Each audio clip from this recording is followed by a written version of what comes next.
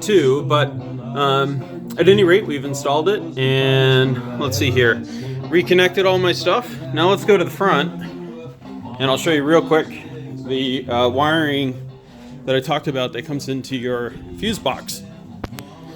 And like I said, it's super simple. I ran a wire, just one wire. It was a home run, and it's right here. So at the end of that wire, I put a little female fitting, and I plugged it in to this block right there.